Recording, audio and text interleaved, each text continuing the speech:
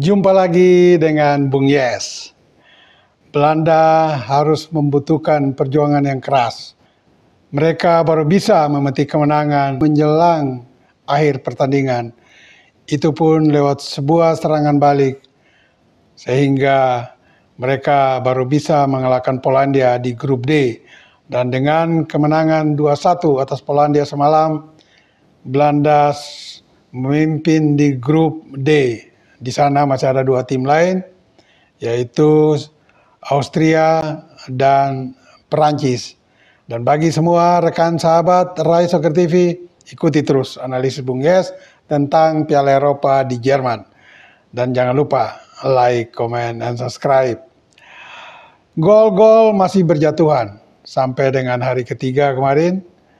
Dan kita lihat sudah 17 atau 19 gol dari 5 pertandingan. Karena pada hari Sabtu malam Italia yang berada di grup B bersama Spanyol dan Kroasia serta Albania berhasil keluar dari tekanan Albania dan ketertinggalan 0-1 baru bisa meraih kemenangan dengan skor 2-1. Nah, skor ini juga berlaku bagi Belanda semalam setelah tertinggal lebih dulu 0-1 di menit ke-16 lewat penyerang Polandia yaitu Buksa, lewat sundulan kepala Buksa yang menyambut tendangan pojok.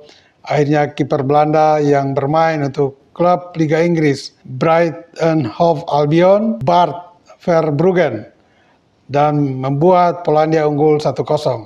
Nah, kita lihat ya, pertandingan semalam yang memang banyak penggemar menjagokan Belanda untuk memenangkan pertandingan itu terjadi. Tetapi kemenangan Belanda diraih tidak dengan mudah. Tidak dengan mudah. Mengapa? Karena selain permainan mereka yang tidak efisien, tidak efektif, dan kurang power dalam menyerang, juga Polandia yang bermain secara disiplin dan sesekali melakukan serangan balik, ini membuat Belanda sulit untuk mengembangkan permainan, bahkan juga untuk mencetak gol. Juga ada kelemahan Belanda dan kekurangan Belanda ya di lini depan mereka. Kita lihat bahwa materi yang dibawa oleh pelatih Ronald Koeman memang sangat tidak meyakinkan. Di lini depan ada pemain ya mungkin boleh dikatakan pemain veteran, Memphis Depay, berumur 30 tahun dan itu sudah di ujung senja permainan terbaiknya. Dan dia untung masih didampingi oleh pemain dari klub Liverpool Inggris, yaitu Cody Gakpo yang mencetak gol pertama Belanda untuk menyamakan kedudukan di menit ke-29. Jadi lini depan Belanda ini harus makin tajam jika ingin paling tidak lolos ke babak kedua dan terus melaju sampai ke semifinal bahkan final. Tapi nampaknya untuk meraih juara, Koeman dan timnya harus bekerja keras. Sama seperti ketika Rinus Michel memimpin Belanda di negara yang sama, waktu itu masih Jerman Barat, di tahun 1988, yang membawa Belanda menjuarai Piala Eropa dengan mengalahkan Uni Soviet di final lewat skor 2-0. Jadi permainan Belanda semalam memang sangat tidak meyakinkan ya, seperti harapan kita semua atau pecandu sepak bola Belanda. Karena permainan mereka bahkan ya sangat boleh dibilang sangat lambat dalam menyerang. Dan ini bukan tipikal Belanda. Total footballnya hampir tidak kelihatan. Mereka lebih banyak main ball possession, bahkan sering mendelay serangan. Mungkin mereka berpikir Polandia lebih banyak bertahan, sehingga mereka harus mendelay permainan, memancing Polandia keluar untuk bisa melakukan serangan-serangan yang menusuk ke jantung pertahanan Polandia. Tetapi itu lebih banyak mereka lakukan sehingga tidak ada variasi serangan. Nah, ini yang perlu dikoreksi oleh Ronald Koeman sehingga nantinya di pertandingan kedua bisa saja melawan Austria atau nanti Prancis mereka sudah lebih baik. Karena di grup ini selain Polandia, Austria juga memiliki kekuatan tersendiri. Dan bukan tidak mungkin nanti pertandingan Austria melawan Prancis pun Prancis bisa disulitkan oleh Austria.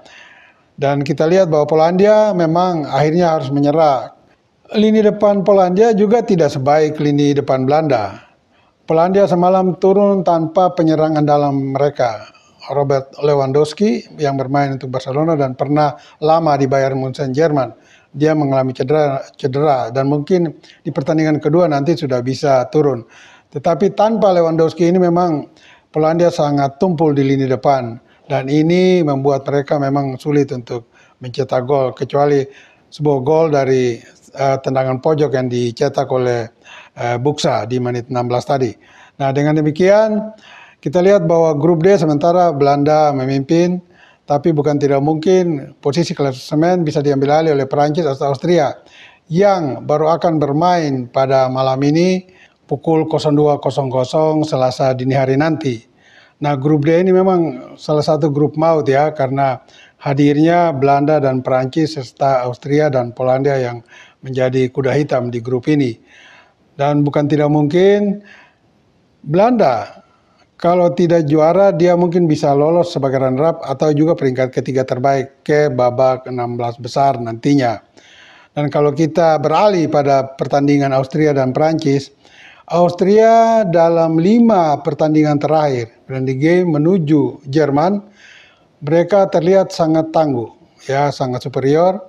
Karena dari 5 pertandingan tersebut, mereka hanya sekali draw ditahan Swiss 1-1. Sementara 4 kemenangan lain diraih salah satunya ketika memukul tuan rumah Jerman dengan skor 2-0. Nah, ini tentu bisa menyulitkan Prancis nantinya. Meski kita tahu Prancis adalah salah satu kekuatan mapan di Eropa dalam satu dekade terakhir, termasuk ketika mereka menjuarai Piala Dunia 2018 di Rusia. Dan Prancis sendiri masih mengandalkan beberapa pemain lama yang berada pada puncak usia keemasan, yaitu salah satunya Kylian Mbappe di depan. Tetapi dengan formasi 4-2-3-1 di mana Kylian Mbappe akan berada di depan, maka pelatih Didier Deschamps kemungkinan akan menempatkan penyerang lainnya, yaitu Anthony Griezmann sebagai pelapis Mbappe di depan. Nah, kalau dua pemain ini berada dalam top performance-nya, penampilan terbaiknya, bukan tidak mungkin Austria akan dikalahkan. Tetapi kalau Prancis tidak dalam penampilan terbaik, maka mereka kemungkinan mungkin merebut hasil terbaik, yaitu hasil imbang. Karena finishing touch atau sentuhan air dari para penyerang atau peluang-peluang yang didapat oleh para penyerang dan gelandang Prancis ini harus dilakukan secara baik. Ini yang sama persis semalam ketika Belanda memperoleh peluang-peluang, finishing touch-nya, sentuhan akhirnya tidak maksimal. Karena kalau itu dilakukan oleh Belanda semalam melawan Polandia, mereka bisa mencetak lebih dari 2 gol. Karena sekitar 4 peluang ada di babak pertama, namun hanya menghasilkan 1 gol. Juga sekitar 3 peluang ada di babak kedua, tapi menghasilkan 1 gol pula. Nah, penyelesaian akhirnya yang ini harus dilakukan secara baik oleh Prancis nantinya ketika berhadapan dengan Austria. Kalau itu seluruh pemain Prancis, terutama gelandang menyerang atau siapapun yang mendapat peluang di kotak penalti lawan, kalau bisa mengoptimalkan, mengkonversi peluang yang ada untuk menjadi gol, maka bukan tidak mungkin Austria bisa dihujani dengan sejumlah gol oleh Prancis.